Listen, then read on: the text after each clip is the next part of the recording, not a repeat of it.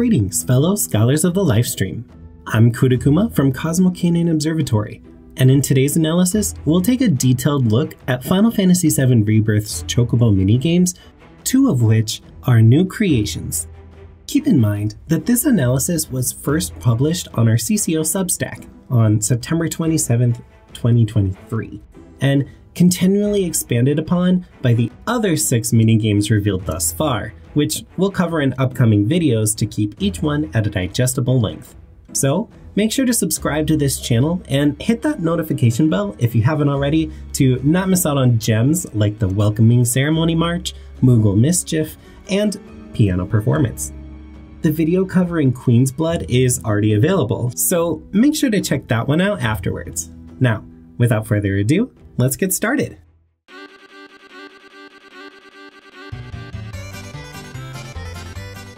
This minigame was played to death by many players, especially completionists, who wanted to obtain every single piece of materia, equipment, and breed a golden chocobo. For those goals, you had to play this game over and over again.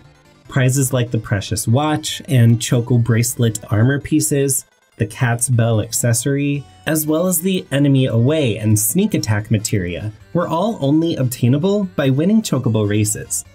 To successfully breed different colored Chocobo with new abilities, you had to enter the Chocobo race with the previously bred and newly caught Chocobo mates several times. The original version of this minigame is a bit wonky in its controls and camera behavior, and hard to win if Joe's black Chocobo tail was part of the race. Luckily, there's a built-in cheat which lets you sprint with your Chocobo while barely losing any stamina, leading to easy wins. When comparing the original version to this remade one in Rebirth, it's evident that they vastly improved it to bring it to a modern standard, and then added the cherry on top of it. The original doesn't just look old, but it's also bare bones in the gameplay department. The Chocobo runs automatically, though you can control its average speed using the cross and square buttons on a PlayStation controller. The faster the Chocobo runs, the faster its stamina, the red meter on the left, is drained. While holding the circle button, your Chocobo would start sprinting, but drains stamina even faster. When stamina runs out, the Chocobo can barely move anymore, and if you're not already very close to the finishing line, you're very likely to lose the race. Holding down R1 and R2, however, continually restores stamina, resulting in no stamina loss while racing at full average speed. This trick leads to a sure victory. If not, sprinting occasionally would do the trick. You're also able to move left or right, if you so desire, which might be helpful while overtaking your opponents during the beginning. Other than that, it's just a matter of holding down buttons and watch your bird cross the finishing line in first place. You might have noticed, or even remember, the large button in the bottom right corner. It lets you switch between manual and auto mode using the select button. If you're feeling lucky, you could try auto mode and just hope for the best, but that's not advisable.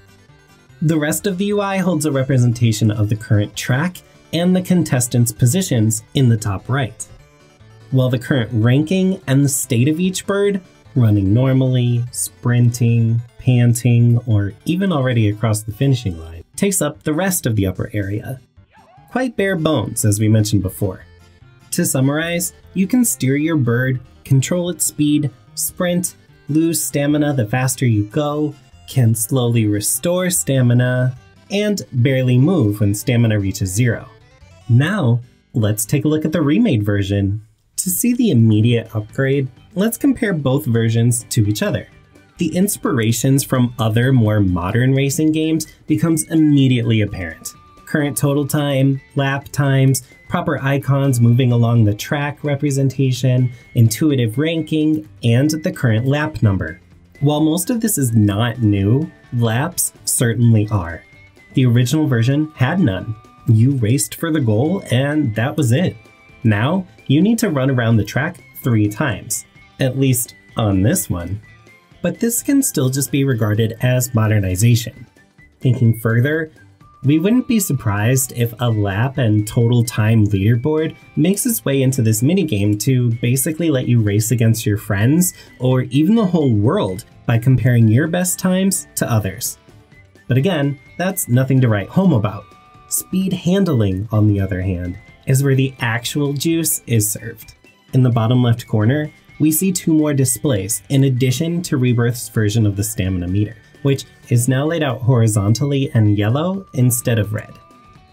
Like in the original version, we can increase and decrease the Chocobo's normal running speed, as seen in the button control display, as well as temporarily sprint faster using Speed Burst by pressing L1. However, the original stamina meter as such does not exist anymore, as it only depletes when activating Speed Burst. It's more fitting to call it a resource gauge. Furthermore, Speed Burst differentiates itself from merely accelerating and decelerating by displaying a haste spell effect around the Chocobo. As long as it's visible, the gauge depletes. The reference to the haste spell got lost in the English localization, unfortunately. In Japanese, it's called Choco Haste instead. According to the trailer footage, L1 can only be pressed once, and then it remains grayed out and deactivated until the footage cuts away. Upon pressing L1, the speed burst meter gradually depletes, and when reaching 0, the speed boost ends. The Chocobo returns to normal running speed, and the speed burst meter might begin to slowly fill up again, likely slower than it depletes. Although, it's also possible that we need to collect red Geishel greens on the track to fill up the speed burst meter again, just as we need to collect speed fruits, but more on them in a bit. We can assume that activation can happen at any time, as long as the meter is not empty, as this would provide a bit more strategizing, risk-taking, and flexibility. Otherwise, you'd be stuck with a partially full bar until it's filled up again. The dash function above speed burst is entirely new. According to the UI, you only have 2 dash charges available in total, though it might be possible to collect more Y fruits on the track. Anyway, pressing the R1 button consumes such a Y fruit and sends you into dash mode for a set amount of time, and you likely cannot use dash again until the effects wear off. Grayed out button. As with Speed Burst, dash adds an effect to your bird, albeit much less visible, as it is represented by white dust flowing in its wake. See the red arrows. Similar to the clouds high-speed military aircrafts leave behind when breaking the sonic barrier, just less pronounced. We wonder what the speed difference between Speed Burst and dash is. According to the Japanese trailer footage, you can activate dash even when Speed Burst is active. Lastly, we have the blue speed balloons, who look somewhat similar to eggplants. Every time you run into one of these speed balloons on the track, the balloon pops and your speed value increases by 1. Here we can see that Cloud just collected 2 fruits, which made the speed value increase from 4 to 6. This value seems to represent the current maximum speed your bird can run. More specifically, the speed you reach when fully accelerated by pressing cross on your controller. Meaning, the more you collect, the faster you can run without having to rely on speed burst or dash. Collection is also represented visually. Your Chocobo receives a temporary blue glow around it and leaves a trail of blue particles in its wake. Another detail to mention is that collected speed fruits respawn around half a second later, as seen in the Japanese version of the trailer. Which means that everybody can collect the same ones unless other contestants try to collect them at the same time. Thus, you're advised to not directly tail your opponents when attempting to collect some speed fruits. Last but not least, Chocobos can drift. By tilting your left stick into the drift direction, and then pressing R2 performs a sick drift around a tight turn. This lets you master tight curves without having to decelerate if you time it correctly. That's it for the gameplay mechanics, but we have a few more things to show and tell you. First off, you can enter the Chocobos you've caught in the wild into the races at the Gold Saucer, as confirmed in this official interview on the Square Enix blog. Naoki Hamaguchi says, you can also enjoy the Chocobos you have collected in another way, by entering them in the Gold Saucer Chocobo races.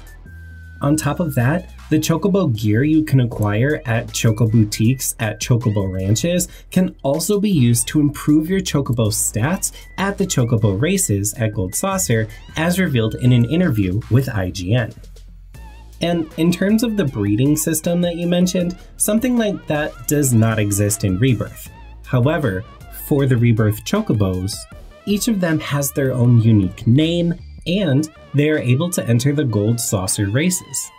There's also equipment that is specifically designed for Chocobos to equip that will enhance their stats, and it will affect their performance in Chocobo races. In the same interview, he also talks about the scope of this minigame, saying, so there are several racetracks that are available, and just within the Chocobo racing contest, there are many varied courses that one could challenge. So, in terms of play hours that can be devoted, it's quite, copious amounts of hours that one could spend on Chocobo racing.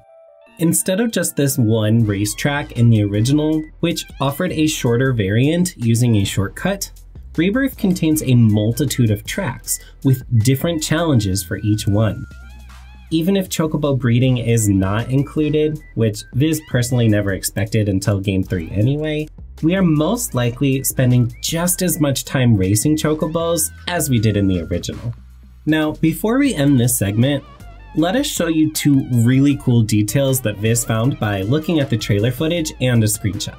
First, the famous and speedy black Chocobo Teo seems to be a part of this race, and, as always, is in the pole position. It's also the only Chocobo with a red bandana in its track position icon, possibly to signify an elite Chocobo and jockey. Will we meet more of them? Do we need to beat all elite Chocobos for a special reward? Second, did you spot that cute little black mage scarecrow on the left side of the track? It reminds us of their more realistic counterparts in Final Fantasy XVI. We wonder which developer team came up with this idea first.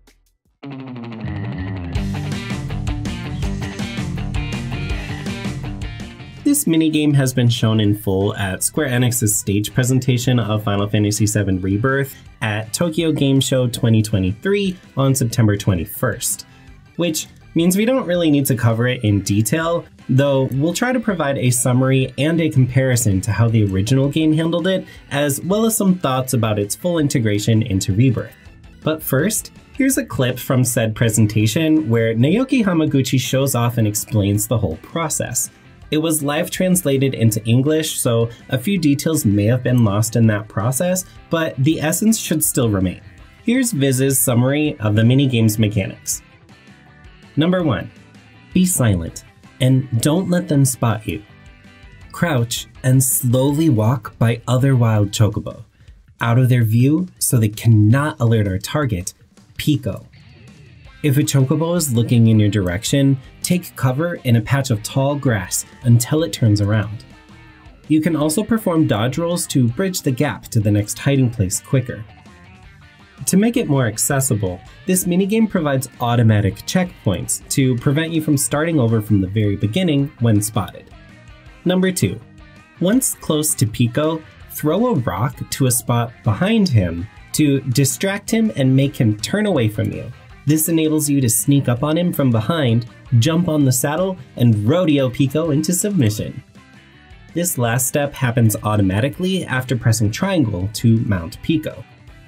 Throwing a rock is necessary as Pico tracks your position in the tall grass with his gaze.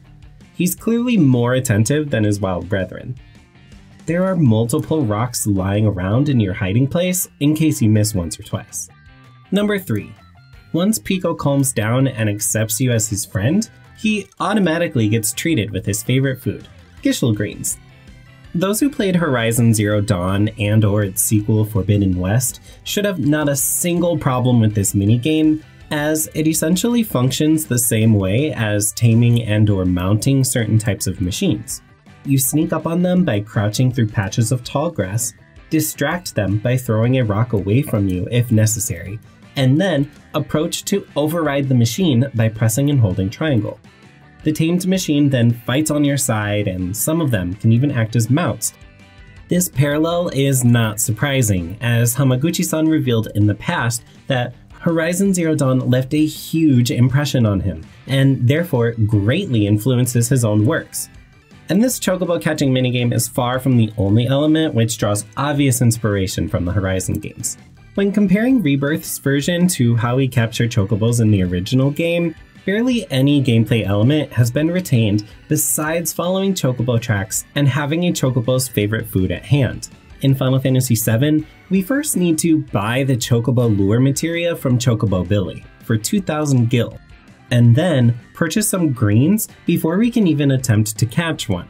After placing the chocobo lure materia into any equipment slot of an active party member, we need to run around chocobo tracks on the world map and hope to encounter an enemy formation containing a chocobo. If that's the case, we immediately need to use one of the previously purchased greens on the chocobo so it doesn't run away after a few seconds, which is easier said than done. While the chocobo is feasting on its greens, we need to dispatch the enemies around it as fast as possible without hitting the chocobo in the process, which makes multi-target attacks and spells a no-go. If the chocobo finishes eating before that, we need to immediately feed it more greens before it flees from battle. If all enemies are defeated before this happens, then we manage to catch ourselves a chocobo. Woohoo! We can then ride it around the world map until we dismount, after which it runs away and we need to capture another one. There's more to this whole chocobo business, of course, but that's out of scope for this analysis. Hamaguchi-san summarized aspects about chocobos pertinent to this analysis in the following interview published on the Square Enix blog. He says, "We wanted to pay homage to the original Final Fantasy VII. There were many different types of chocobo in that game, such as the river chocobos or the mountain chocobos. One of the big draws of Final Fantasy VII Rebirth is that you can explore the vast world map. So we reimagined the different chocobos to become important features of that exploration. You can use them to fly through the air, climb mountains, or speed across water surfaces. You can also enjoy the chocobos you have collected in another way, by entering them into the Gold Saucer Chocobo races." We haven't heard or read specifics on captured chocobos anywhere yet, besides being able to ride, equip, and race with them, but according to the information we've covered, we can surmise that we need to capture each type of chocobo in each area only once to gain access to it. As seen in the trailers and the gameplay demo from the Junin area, we can call and mount that chocobo type home to the current region at any time. However, there could be region-specific side or even main quests tied to this. According to the English version of the Grasslands demo, Chocobo Billy will gift us the runaway chocobo Pico if we manage to catch him, which makes catching the normal yellow chocobo a part of the main storyline. We need to cross the swamp to progress after all. Once caught, we'll be able to call upon the yellow chocobo at any time while running around in the grassland area, which encompasses this section of the world map. We know of 4 types of chocobos thus far. Standard, yellow, for the grasslands. Mountain, black, for the Junin area. Sky, teal, for at least the Cosmo Canyon and Nebel area. And river, probably some shade of blue, for an either yet unknown area or possibly the whole world to connect all 3 continents, excluding islands like Wutai and Midil. This means we will need to sneak up on a new chocobo type at least 3 more times, and Viz assumes it will be different, more difficult, and more involved each time. We sincerely hope for a legendary gold chocobo for full freedom of movement across Rebirth's world, and catching one could be quite a difficult and possibly world-spanning endeavor.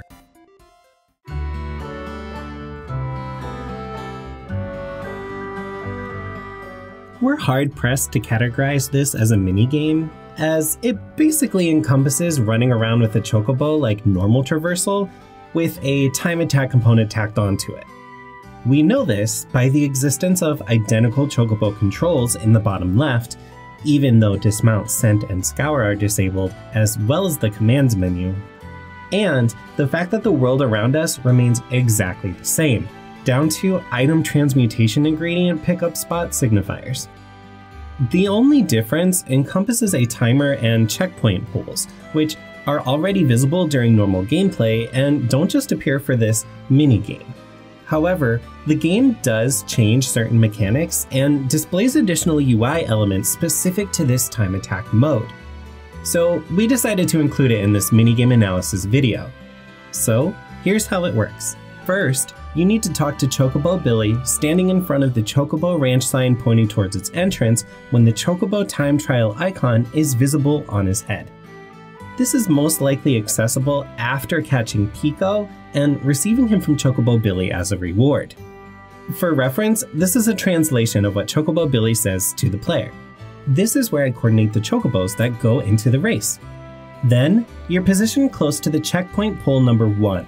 After a countdown, usual for such time attack modes or even races, we then need to sprint from one checkpoint to the next, in ascending order, from 1 all the way to 8, and maybe even back to 1 after that. Incidentally, this time trial racetrack leads all the way around the Chocobo Ranch, according to checkpoints 1 through 5 and 8. Unfortunately, Viz wasn't able to find footage showing checkpoint 6 and 7, but the others should amount to enough evidence. Have a look here to see where those checkpoints are located, how they are positioned in relation to each other, and how the whole racetrack looks on the map.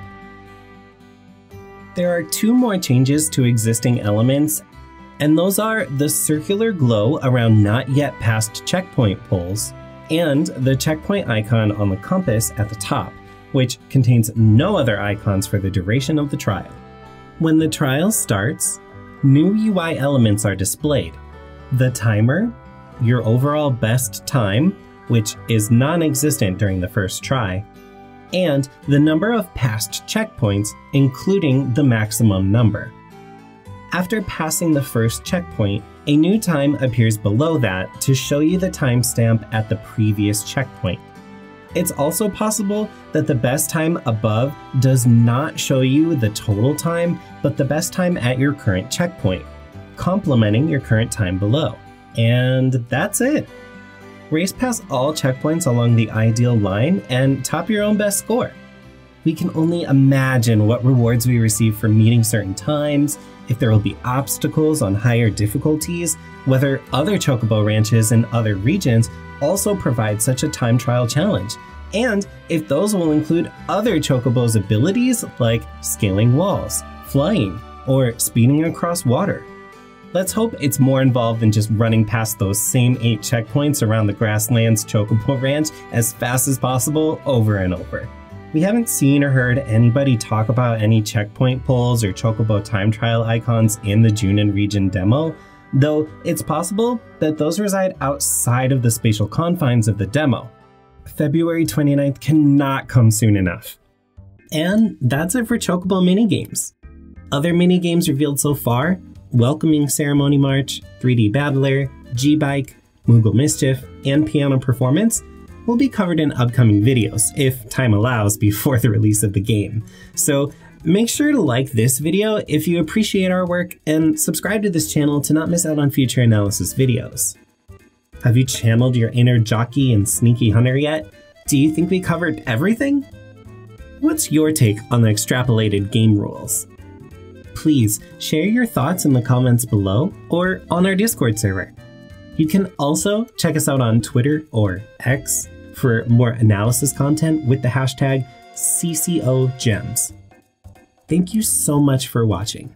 Stay safe and take care. Kutakuma signing off.